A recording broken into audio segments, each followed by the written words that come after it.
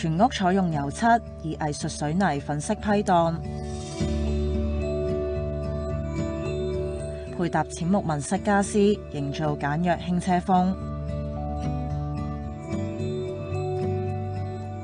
戶主本身咧有風水上面嘅要求，咁所以咧佢需要一個金色、白色同埋一啲淺色嘅色系咧去做一個配襯。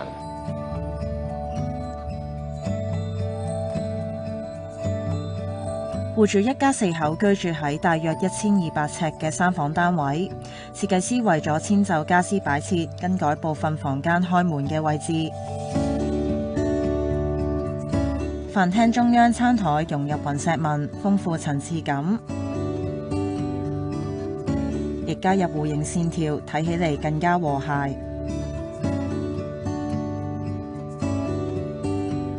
客人佢唔想有一啲假天花咧，造成一個好大嘅壓迫，咁所以咧個燈光上邊咧，我哋主要都係用咗一啲水晶嘅吊燈啦，去同翻佢本身原有我哋同佢做嘅藝術批盪咧，去做翻一個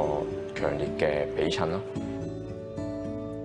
設計師喺客廳嘅電視櫃上面安裝短焦投影機，代替一般傳統嘅電視機。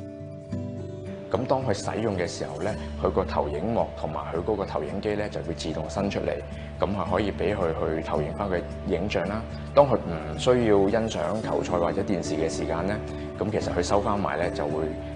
令到成個空間咧都會可以好潔淨嘅感覺。因為個電視櫃都有翻咁上下嘅深度，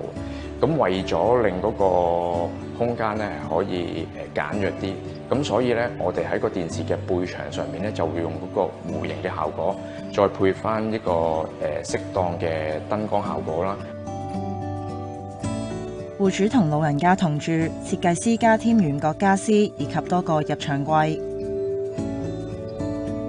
起初嘅時候，我哋接觸呢個婆婆啦，佢間房入邊咧本身已經有好多嘅雜物，咁為咗我哋唔好令佢咁凌亂啦，咁所以我哋一入房咧已經做咗2排嘅高櫃，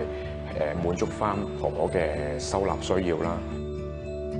入到仔仔房，整體嘅風格就截然不同。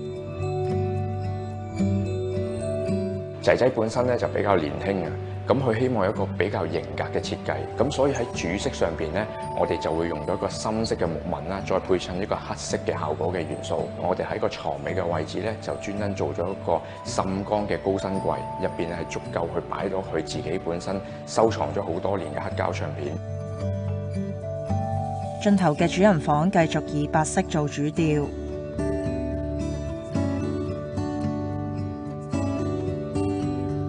一開始咧，戶主希望可以有好龐大嘅收納空間，咁所以咧喺個設計上邊咧，我哋就專登做翻一個牆身去收納翻兩邊嘅高身衣櫃，去提供翻一個足夠嘅使用空間俾佢啦。兩邊嘅櫃入邊咧，因為我做咗個假牆，咁所以咧喺嗰個睡房入邊唔會俾人感覺佢有太多嘅櫃。套廁設計加入雲石紋同黑色線條，營造簡約奢華感。我哋希望可以有一個酒店式嘅感覺啦，咁所以喺個浴室上邊咧，我哋都會用咗一個弧形嘅玻璃鏡櫃。除咗呢樣嘢咧，我哋亦都加咗一個智能嘅感應燈，佢自己咧亦都會自動啟動佢嗰個光源，同埋咧佢有一個除霧防瑕嘅效果。